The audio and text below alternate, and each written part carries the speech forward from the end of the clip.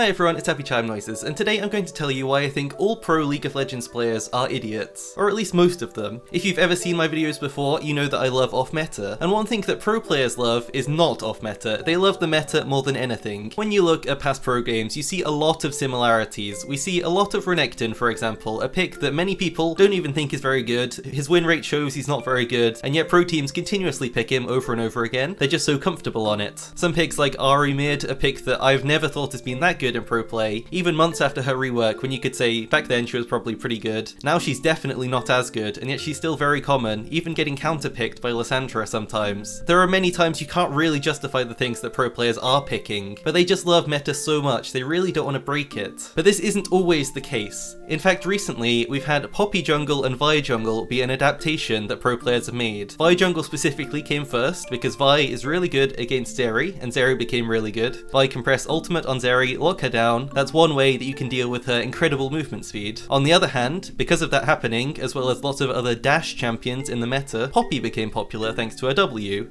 and she's also a very good all-around tank, with a really good ultimate that can knock enemies away from Baron and also dragons so you can secure it for your team. And that is exactly what Tian does in this clip from the LPL Winners Finals, I believe, today. Tian is playing Poppy against Vi. Incredible ult, gets the Vi away, pretty much secures a game-winning play just from that one single ability. They can go on and win the game just from that. And yet Poppy has been like this for seasons, and it's taken so long for her to get into the meta. Poppy Jungle is no longer really off-meta, it's now a staple pick of the pro games in pretty much every region. So does that mean that it's good? Well, even later in this exact same game, we see Poppy's kit doing something very unintended. You see right in the middle, she's charging up ult, just using it there, knocks the Aatrox into the backline of her team. This is the same game, by the way, where Poppy basically won it.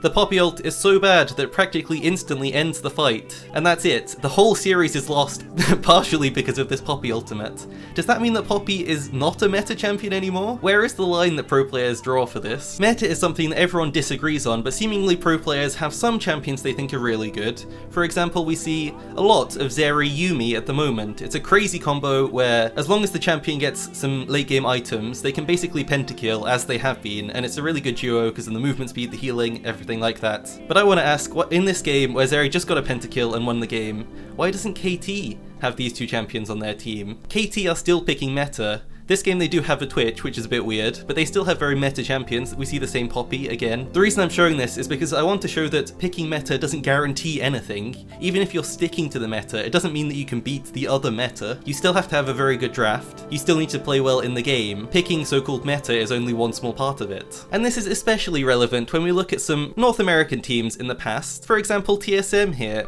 this is Worlds 2020. You could look at their team comp. If you took away the nameplates, you'd think this is an SKT tournament winning team comp right here. One of the most simple combos you can have, Galio plus Camille. Camille presses ultimate, Galio presses ult on top of them. Really good, simple bot lane, long range, great damage, really good scaling, pretty good team comp. And yet TSM at this Worlds, they pick team comps like this every game, and they win 0-6 and got knocked out. Picking meta and trying to copy the best teams in the world doesn't guarantee you anything. In fact, sometimes it can be against your strengths. It can actually be bad for you to pick it. Maybe you're not comfortable on it. It's hard for me to say that any pro player should really be picking Yuumi. They're some of the best players in the world, and they're picking quite literally the simplest champion in the whole game. But this is not all about winning games. Pro play itself is an advertising tool. All of these players, they have a career because it sells skins and viewership, people are interested in it, and then people play the game. And one of the most interesting things to help pro play is weird picks that happen. This article from Upcomer from ages ago talking about LS being a godsend to the LCS. And he was. The viewership that he brought in was ridiculous. This man innovating picks that everyone was excited to see each week made lots of people really excited to watch North America. I'm from Europe, but I was really excited to see his team play and these picks that they would bring out. I was watching this instead of EU, and then it did well. Everyone was quite inspired by it. Even Ivern mid became quite a common thing, even in solo queue. Some other leagues I think maybe were thinking about trying it. I can't remember if they did or not. And just like that, only for a couple of weeks, we had some of the most interesting meta we've seen in a pro league recently. And here is LS reacting reacting to Cloud9's viewership after he was dropped. We can see the viewership on the videos here. LS is on the team, 200k views per video, 150k, really good. He says, oh, I'm sure it'll recover after a few weeks. So let's take a look. This is when he was on the team, 295k, really high. And then as we scroll to recent months, the videos, 25k. This is just one team that had a coach who was interesting, and since then their viewership has dropped considerably. If you compare it to the viewership of LCS, I'm sure it's the same. And it makes sense, you know, tuning into LCS each week and you see the same Zeriyumi picked on one team and then Sivir and some other support on the other team. It's not that crazy. You might just click away. It feels like you've seen it before. When people pick something special, it becomes such an incredible moment for Pro League of Legends.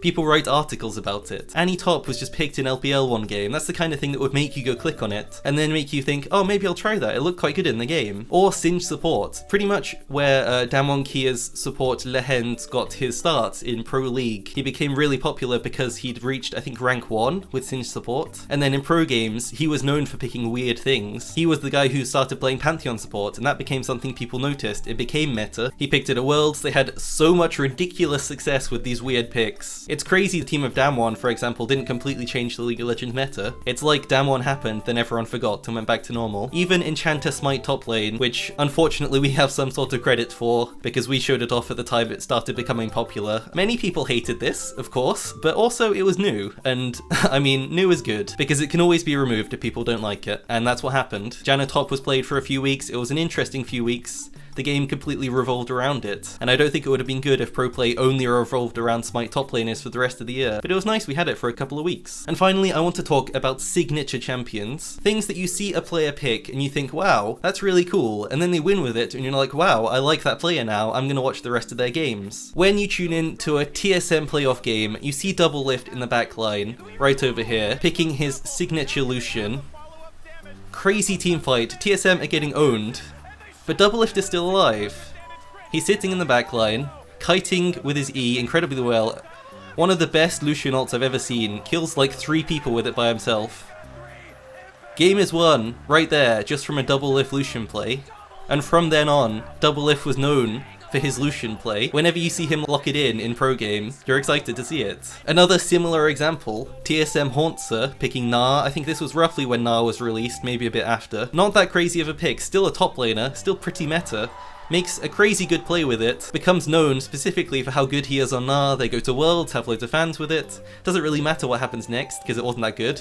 But it was very interesting, and he became popular partially because of clips like this. We have the same for Bjergsen with his Zilean. When he picks it, TSM are gonna win. That's kind of how it seems to work sometimes. And I think signature picks, whether they're weird or not, are very important in pro play, because if you turn on a stream and it's just the same meta picks again, it doesn't really matter who's playing them. Players will adjust to the skill level of the people they play against. You might as well be watching 5 robots play against 5 other robots. But when these special picks come out, it's always really unique. So for the future, what should these pros be doing? There are some good YouTube channels, you know, with some off-meta picks, but at the same time, the main thing they should be doing is taking a look at the meta, figuring out what the picks that are good are, and finding a counter to them. And I think the important thing is that it doesn't matter if the counter is a good champion, it doesn't matter if the counter is a high win rate champion, something they know how to play, something that's been meta before. There are 160 tools in League of Legends that they have to beat each other with, and they need to take advantage of every single one of those tools. So for example, let's say this game, where there was a Sejuani jungle against a Vi jungle picked against Zeri, good counter against Zeri, but then what if this team with the Zeri had gone with a Taric jungle, for example, from my recent video? Taric jungle super good against Vi. Anytime she engages, instantly Taric can ult, and her engage won't ever do anything, because it's so obvious when she's going in, and then they can just turn the fight around with that.